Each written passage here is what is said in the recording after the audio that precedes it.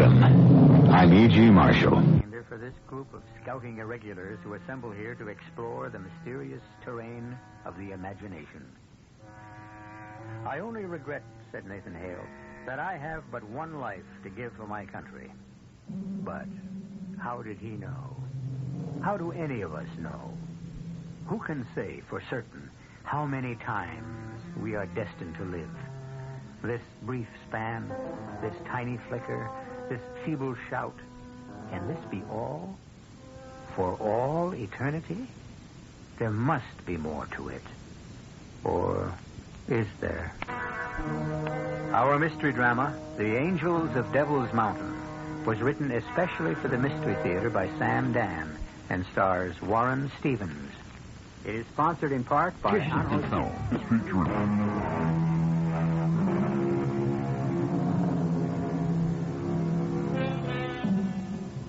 Donald K. Farlow drives through the summery Connecticut countryside.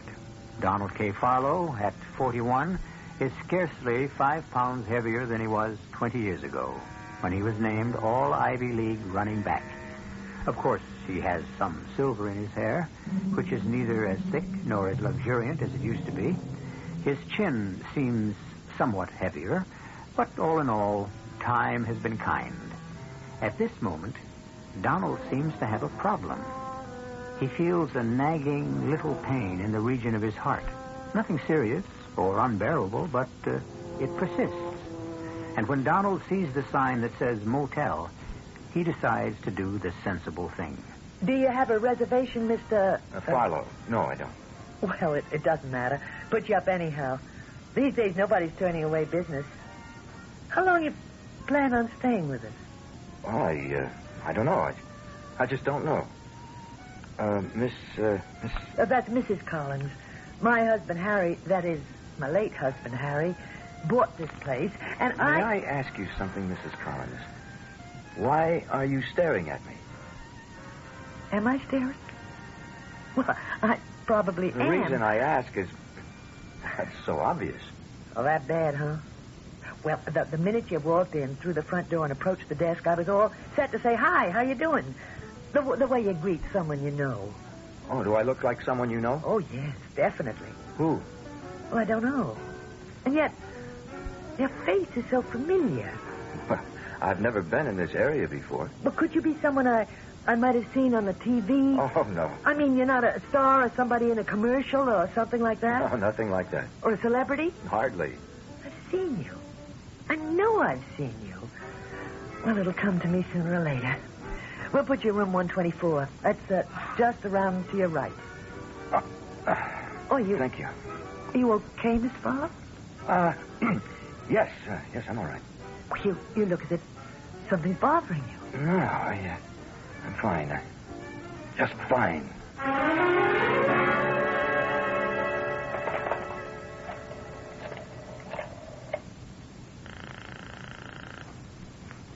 Yeah? Marvin, you finished at the pool yet? How can I finish when you call me every 15 seconds to ask me something? Marvin, a man just checked in, room 124. Now, what I want you to do is go there. Why? Well, just make up an excuse. Say you want to make sure the air conditioning's okay. What for? Marvin, that man's killing me. What? I mean, I'm just dying. He reminds me of somebody, and I just can't place him. You know something? You got altogether too much curiosity to run a motel. Marvin, it'll just take you a second or two. Go to his room and see who he reminds you of. Daddy? You seen him? Yeah. Well?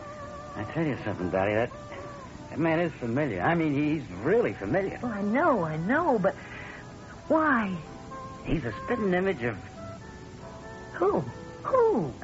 I don't know, but I've seen him. I know him from somewhere. Now, you see what I mean? Yeah, I know that guy. Well? He looks the same age as me. We might have been in the service together. Maybe he was somebody I knew in Korea. Then why should he look familiar to me? Oh, yeah. See what you mean. But I'm positive the Army's got something to do with it. What do you mean, the Army? Well, I don't know. It's just that I look at the sky, and for some reason, I just think of the Army. Well, Maybe he's in the Army, and for some reason, his picture's been here in the paper. No, I never saw his picture in the paper, but... Hey, now that you say picture, I did see it someplace. You sure, Marvin? I'm not sure of nothing. All I know is the guy looks familiar, and I just can't place him. Well, take another good look.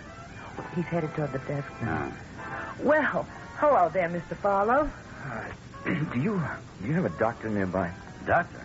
Oh, Mr. Farlow, something's wrong. I knew it. Well, it's, I don't think it's serious. Well, if you're sick, you come to the right place. We got Devil's Mount Memorial Hospital here with the finest hospital. What's the matter, Mr. Farlow? I think perhaps it might be wise for me to check in It's your heart. It's your heart, isn't it? I can tell by that look on your face. Marvin, you bring that station wagon around to the front.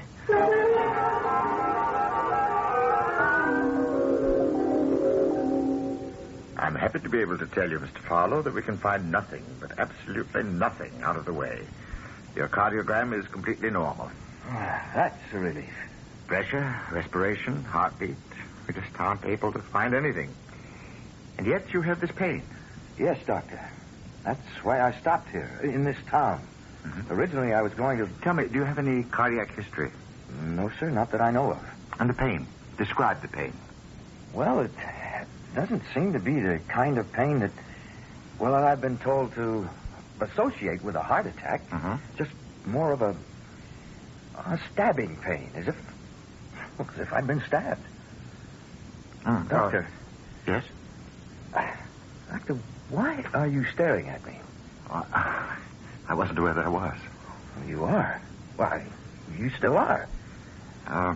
Well... Let me tell you something else. Everybody in this town has been staring at me. Everybody? Yes. Well, what do you mean by everybody? Everybody I've met. First, the lady who runs the motel. Dottie Collins. Yes, and the fellow who seems to be the handyman. He actually knocked on my door on some pretext just to look at me. Are you sure? And then the technician, right here, the one who gave me the cardiogram. She kept staring at me. It must be your imagination. Is it? Do I imagine that you're staring at me now? Mr. Farlow, haven't we met before? I couldn't say so. You look so familiar to me. Well, you don't appear at all familiar to me. I know you from somewhere. Well, this entire town, it seems, knows me from somewhere. But no one can say exactly where. Now, look, I've done nothing that would call me to public attention. Certainly not up here. I'm not a famous person. You've never been up this way before?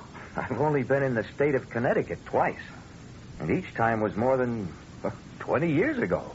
It was when Pennsylvania played Yale at the Bowl. Mm-hmm. Well, was your picture in the local papers at the time? I don't even remember.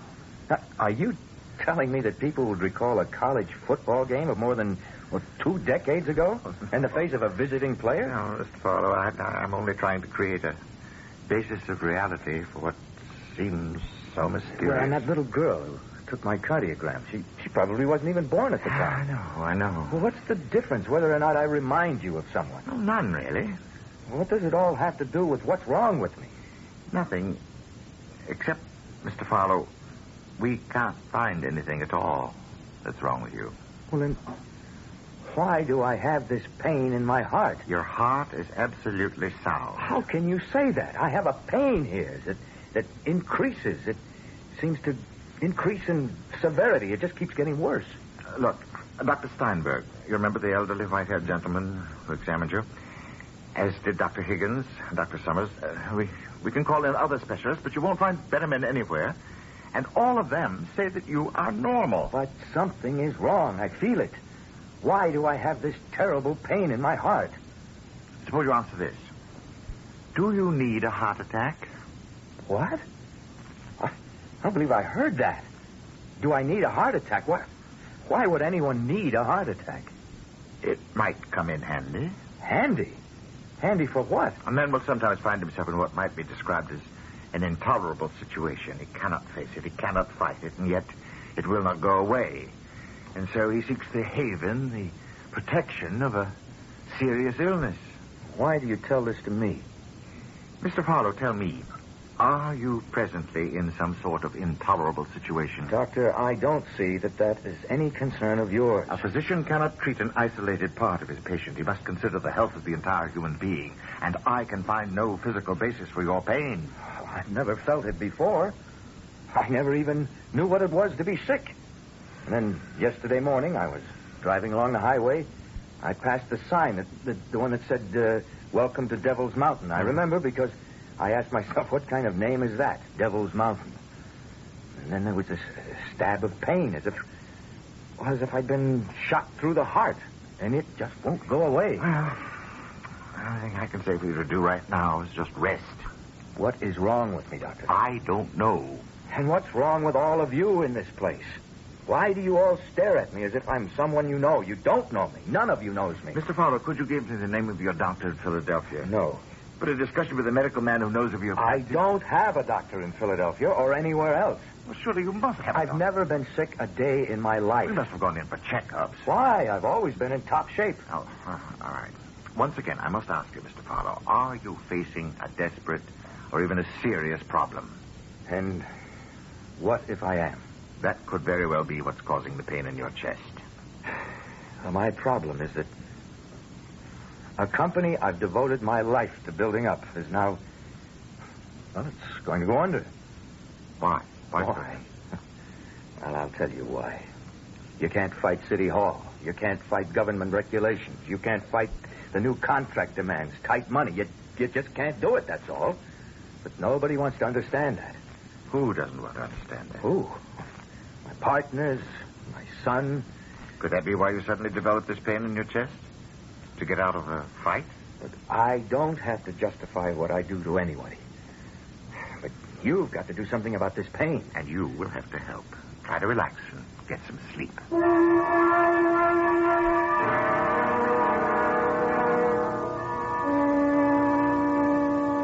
Hi there, Doc. Hi. Medical Society lunch is in the Yankee room.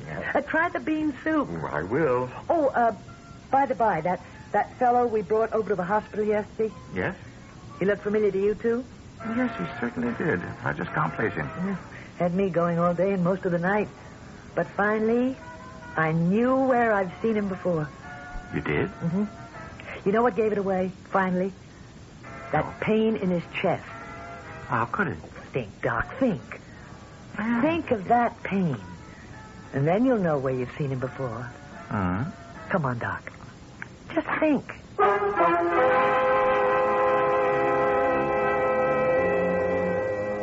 And while the doctor is thinking, we shall just steal away for a few seconds so that you can do some thinking, too. True, you don't have all the facts, but you do have enough to make an educated guess. Meanwhile, be inspired by the following words of wisdom, and before you know it, I shall return with Act 2. You see a face in the crowd.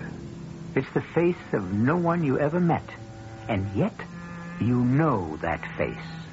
But why? Yes, you have seen it before, but where? If only you had a hint, a clue. To the folks in the town of Devil's Mountain, Donald Farlow's is such a face. It's the face of a complete stranger, but why is it so familiar? You say you know where we've all seen Mr. Fowler before, Dottie? Yeah. It finally came to me. Well, tell me. It was the pain in the chest that did it. It's funny. All of us have been looking at that face for years. Where? I can't tell you. I'd have to show you. Let's go. That is, if you're curious enough to miss lunch. I'm curious enough to miss your special bean soup, so you better have the goods.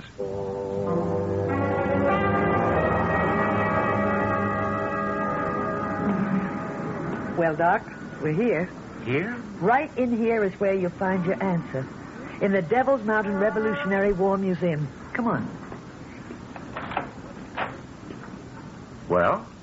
You mean by this time you don't know? Oh, you're overdue. You surely should have caught on by now. Well, I don't see anything that would remind me. What's the pride and joy of our Memorial Museum, Doc? The most valuable thing we got. Wait. That's right. You're looking square at it. That big painting, said to be by Charles Wilson Peale. The women. The women of Devil's Mountain. Or the full title. The Women of Devil's Mountain Tending the Wounded on the Field of Battle. And that fellow, smack in the middle of the picture. Dottie. It's like the whole picture is built right around him. It does look like Donald Fowler. Looks like, Doc. It's him. It's one face. That's remarkable. He's lying there, and this woman is holding him in his arms. Oh, no wonder Marvin said this fellow reminded him of the army. It was the Revolutionary Army. You can be so familiar with something, but if you encounter it outside its everyday surroundings... And the pain in the chest. Now, that should have given it away right off. He's been shot or stabbed.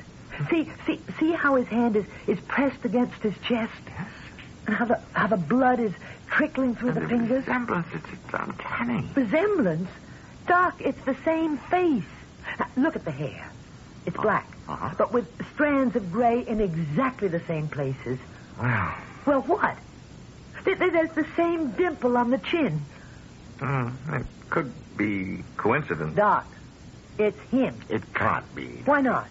Because this picture was painted some 200 years ago. Everything about the painting, the face, even the... Well, now look again. There's a birthmark just on the side of his left eye. Dottie, what are you trying to say? If you could even imagine what I'd like to say, you'd decide maybe I'd better be put away. Oh, no. Go on, say it anyhow. Oh, Mr. Farlow is the soldier in that painting. How is that possible? Even if that soldier survived his wound, he'd still be dead for more than a century and a half. Well, I don't know how it's possible. I'm just telling you what I think. Oh, look at the face. He's the same soldier. Are you telling me he's the reincarnation of the soldier in the painting? I don't know anything about all that, and I couldn't care less. All I'm saying is he's the same soldier. Now, don't ask me how or why. And when he drove through here, something came over him, and he felt that terrible pain again. I'm afraid I couldn't accept that diagnosis. Okay, it's your turn. How do you account for it? I'm afraid I can't.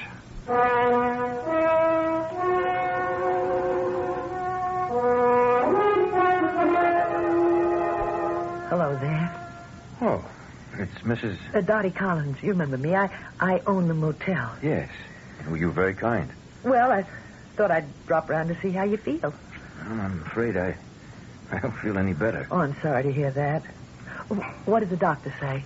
Well, the long and short of it seems to be that the pain is psychosomatic. Well, why should that be? Oh, I'm sorry. I didn't mean to pry. Oh, that's all right. No, it's not all right. I'm sure it's something highly personal. One thing we pride ourselves on around here, we respect the next fellow's privacy. And yet, I feel I can talk to you. I don't know why. I'm not the kind of man who talks to strangers about personal things. I don't usually talk to strangers at all. But somehow I feel that we're not strangers. But I know we've never met. Must be something about this place. I just can't explain it or understand it. Everybody thinks I look like somebody they know.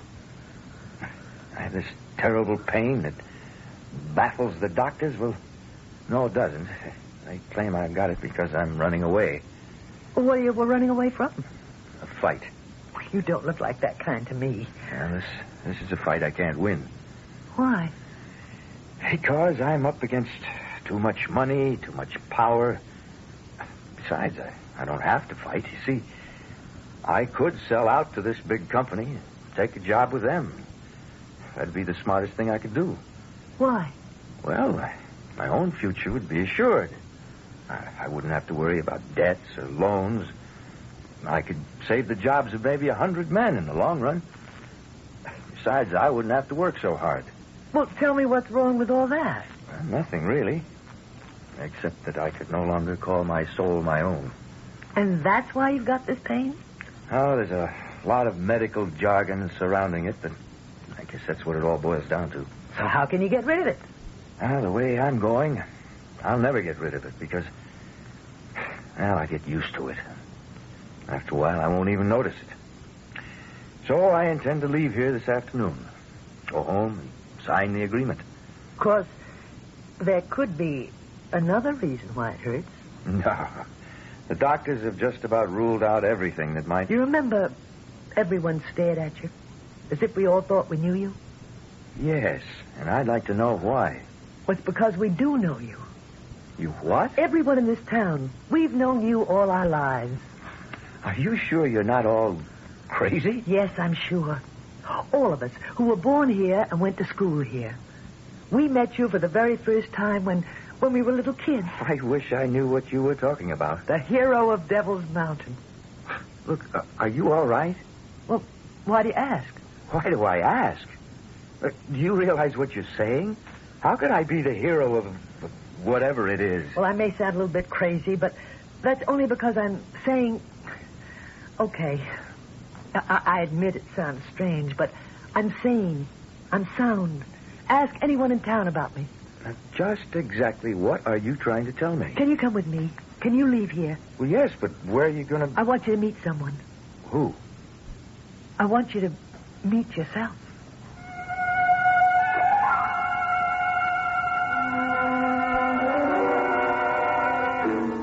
Look at him. And here's my mirror. Now look at yourself.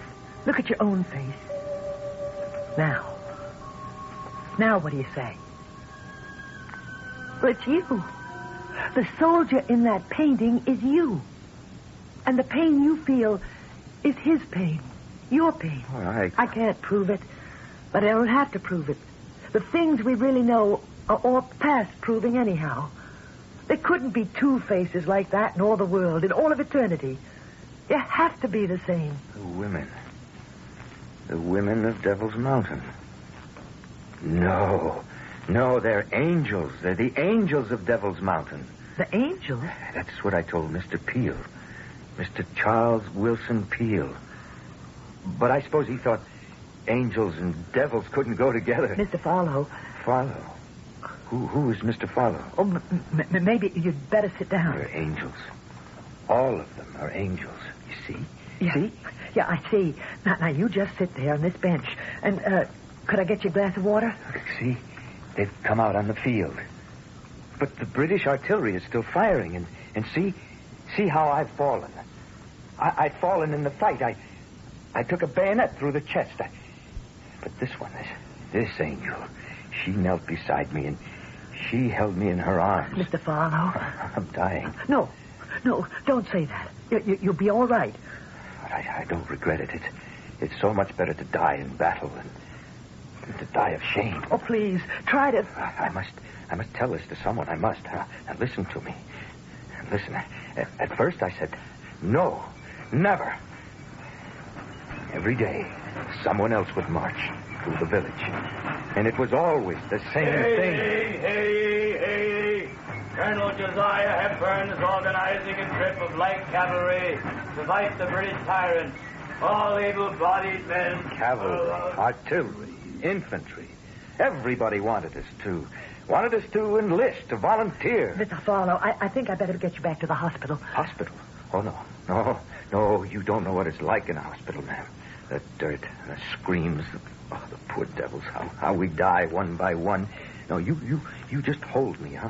I'll be all right. You just hold on to me. Drums, yes. Drums. It's funny. No matter how smart a man is, he can't hold out forever against the drums. Please, don't talk. It's because the beat of the drums is like the beat of your heart, and sooner or later it becomes the beat of your heart. I held out against the drums. I held out longer than anyone else. I held out.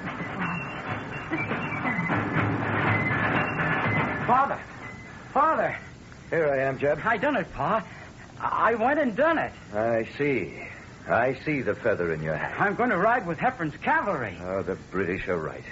He stuck a feather in his hat and called it macaroni. Now, Pa... You're 17 years old. I'm old enough to fight, sir. But you're too young to die. Now, who's been filling your head with such nonsense? It ain't nonsense, Pa. You're damn right it ain't. It's treason. I don't recognize the authority of the King of England. Well, now listen. Listen to this bunch of plowboys who are now going to ride their horses instead of following them. Pa, I know you don't hold with independence, but I wouldn't be so free with my mouth. No, Pa, I intend no disrespect. In other words, mouth. That would be smartest. It's just getting so that a man has got to choose. Choose betwixt what? Well, you know, Pa, if you're for the crown, you better make plans to leave.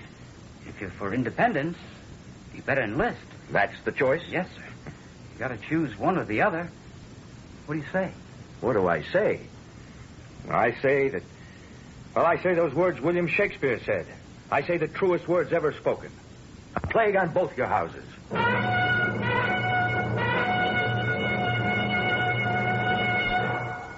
And for some reason, a Revolutionary War painting has become painfully alive for Donald K. Philo. Suddenly, he is back there in those troubled and turbulent times. And from what we have just heard, he doesn't seem to be in tune with those times either.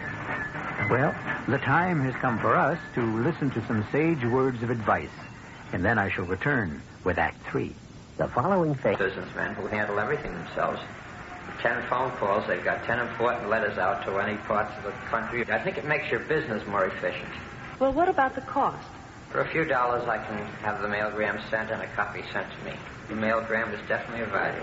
It gives me additional time for other work. I've been talking with Harry Odell, one of many small businessmen who have discovered the convenience of mailgrams. It's easy to send a mailgram. Just call Western Union's toll-free 800 number anytime, day or night. Mailgram. Impact of a telegram at a fraction of the cost.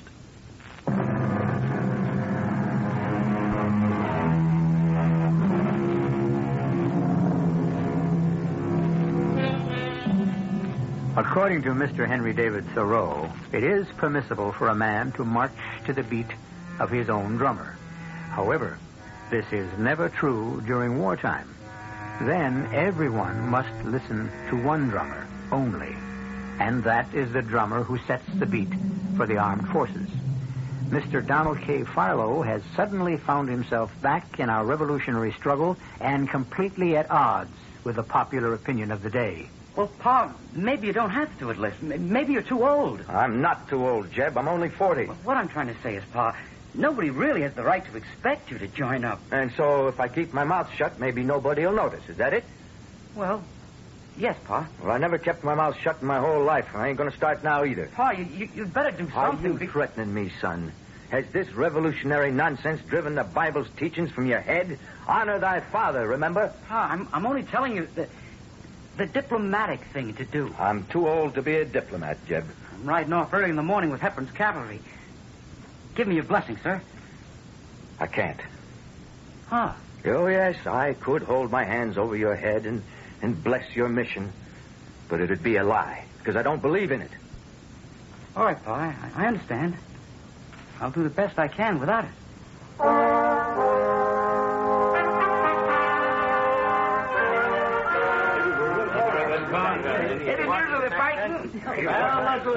Good evening, Mrs. Porter. Good evening, sir. May I have a mug of ale? Well, certainly, sir. Didn't know you served red coats here, Abby. He ain't a red cow, he's a tan cow. Yeah, somebody get a rope. That's right. Why doesn't somebody get a rope? There's but one of me and 6 or 8 of you. Those are just about the safest odds, ain't they? You skulking, cowardly scum. I notice you won't try to hang me one at a time. There ain't going to be no hanging at all. Now, gentlemen, I must ask of all you to behave yourselves. It's my business to dispense hospitality to all who seek it. Here we are neither Yankee nor Tory. Remember the proverb. All men are alike in the sight of God and a tavern keeper. I won't drink with no trainer. Me either. No, I don't. I'm not going to do it. I'm sorry, Mr. Porter. Maybe I shouldn't come in here anymore. Well, why not? I'm driving away your trade. Tavern vagabonds. You don't notice them going off to fight. Not by a long shot. Well, it's not just the town loafers, ma'am. I'm not popular anywhere. No, I guess not. I can't help it. I'm a man who has to speak his mind. Men, I wonder why all of you think it's so important to say what you think. Now, look at us women. We never say a word, and we're happier for it. I only ask to be left in peace. Well, I might recommend you try to go spend some time in New York or Philadelphia. You do? Why? Well, because those are Tory cities. The British still hold them.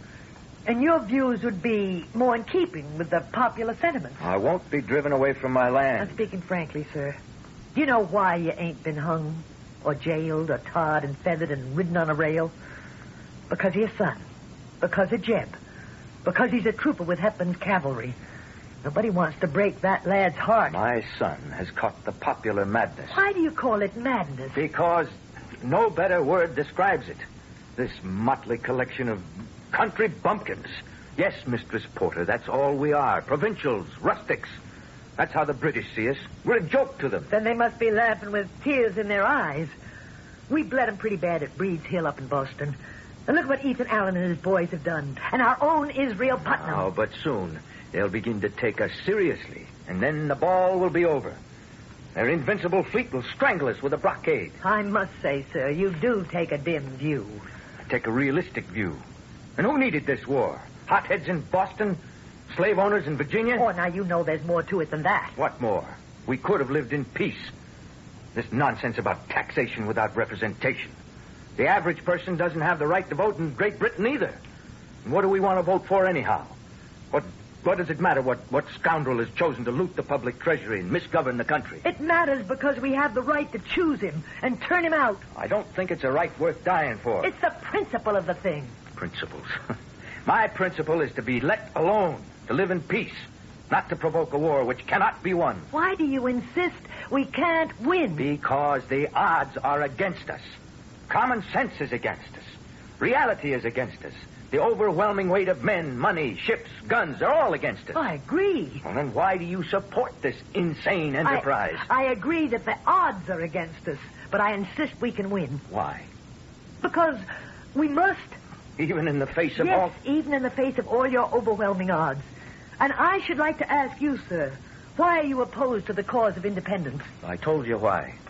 First, I would rather live in peace. Second, we have no chance of obtaining. Are you sure there isn't a third reason? What's that? You're afraid to fight. Madam, I can assure you no man could ever say that to me. Oh, I don't mean that kind of fight. A fight that proves nothing, settles nothing. I mean the fight for human freedom. I'm free now. Slavery isn't all bad. There are pleasant forms of it, too. The life we led here was in many ways the life of a slave. We were told what to do, what to raise, what to manufacture, what to buy, what to sell. We were plagued by restrictions, limits, boundaries. Everything was at the pleasure of a king and his tyrannical ministers. I could live with it. Well, it takes all kinds. I guess maybe it does.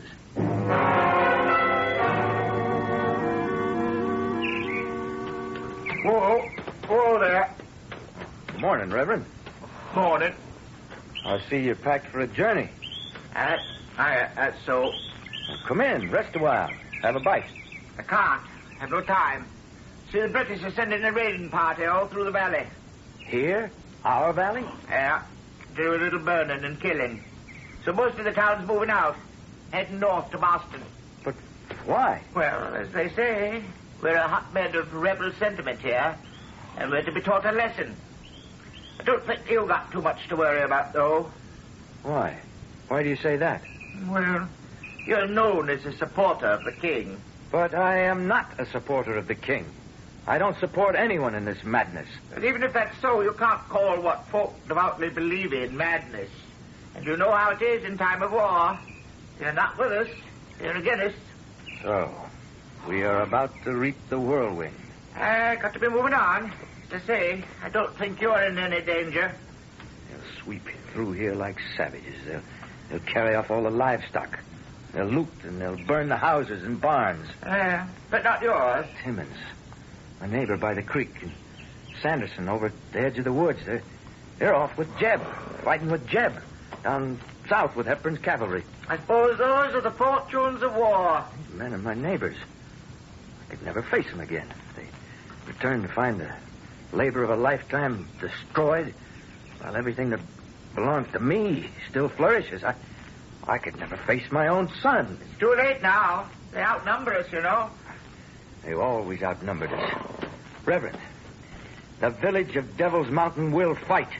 We ain't got no soldiers. We never had soldiers. Who are we, anyhow? We're just farmers and shopkeepers, artisans and clerks. Now, who's our commander-in-chief? He's just a planter from Virginia. Reverend, the war is here.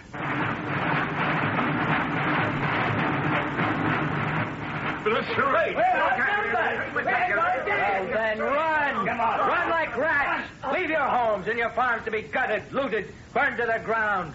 I intend to march to the South Meadow, take cover at the edge of the woods, and when they come up the road, we can hit them in the flank. We can turn them away. I intend to fight. Now, who's going to follow me? No one, huh? All right, I'll fight alone. Will you let him go on alone? Will you? What kind of men are you? You there with the drums. Strike off a march. I'll go. He's here. Let's have the last to make up the big thing. Let's go. Come on. Go. Now. Good.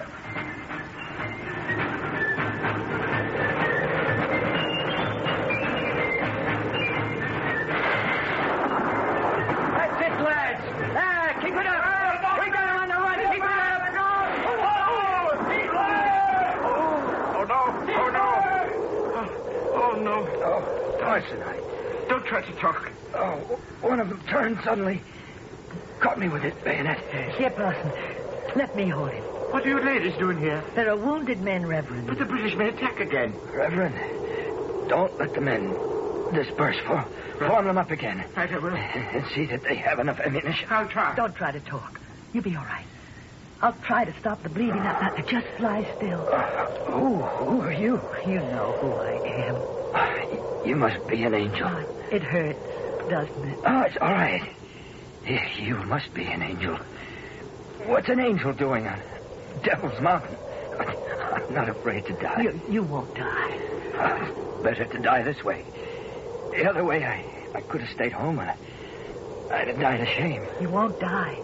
You'll heal. See? The blood isn't flowing so quickly. You'll live to fight again. Yes. I'll live. I'll fight again. I'll never stop fighting for what belongs to me. I'll fight.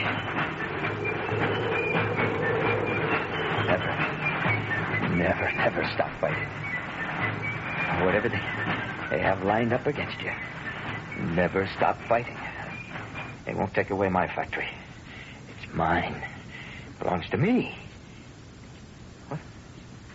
What am I saying? Are you all right, Mr. Farlow? Yes. Yes, I'm all right. Well, you look better. Better than what?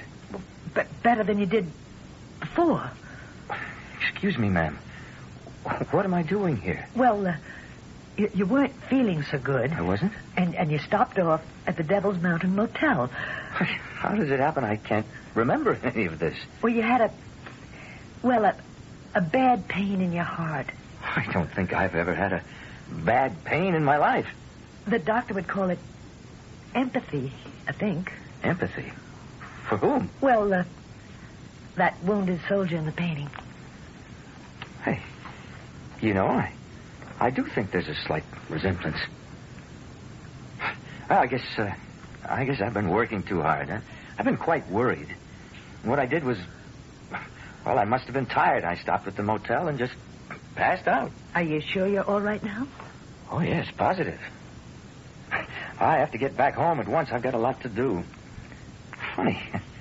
I never passed out before. And I don't remember coming here either. How did I get here? Well, the doctor thought a little walk might be good therapy. Well, it certainly was. I'm feeling just great. I'm much obliged to you. Well, what's funny? Well, it's not funny. Those women in the picture, see? See how they're helping the wounded? Well, you're keeping the tradition alive. You helped me. Yeah, that's a beautiful painting. It's called The Angels of Devil's Mountain, Tending the Wounded. Well, why do you say angels? It reads women... Oh, no. That's a mistake. It should be angels.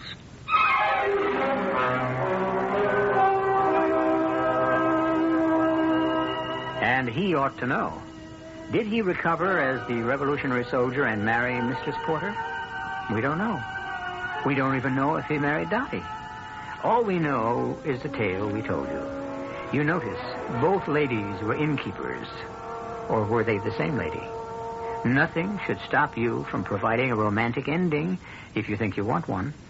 And I shall be back in just a few moments. We're all a little leery of the dark. That's why some lonely night, you'll be glad you bought a Delco battery. A Delco quality battery with instant starting power. Delco batteries. Some lonely night, you'll be glad you bought one. SET Automotive Warehouse carries the largest selection of auto parts in the New Jersey area. If you are a jobber or wagon jobber, call Sherry Terstein at 201-567-6270. How long has it been since your car had a tune-up? If it's been too long, it could cost you money. Money for gas now, money for expensive repairs later. Save yourself some money with a tune-up at your Long Island Oldsmobile dealer. The dealer who handles quality AC Delco parts and is known all over the island for service reliability. Drive in soon to your Long Island Oldsmobile Network dealer for a tune-up with AC spark plugs and Delco points and condensers. Your Lion dealer in Rockville Center is John J. Hayes. And in Woodbury, it's Town and Country. Have you ever been to the races? Why not pick out a lovely fall day and give yourself a half-day vacation at beautiful Belmont Park? You don't have to bet to have a wonderful time at the races. You can relax out on the grass under the trees, eat some fried chicken, corn on the cob, or treat yourself to a luscious banana split. All that plus the most exciting sport in the world, thoroughbred horse racing. First race at 1:30 p.m. at beautiful Belmont Park, every day except Tuesday. That word from the New York Racing Association.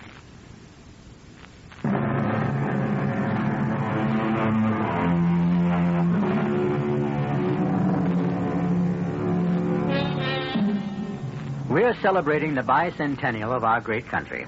And how wonderful it would be if, in addition to donning the clothes and shouting the slogans of our ancestors, we found the heart, the beating heart of their dedication, the soul and the spirit of their devotion. Well, we work a great deal with the spirit on this program, and we can infuse you with it 7 times each week. Our cast included Warren Stevens, Ann Seymour, James McCallion, and Barry Kroger.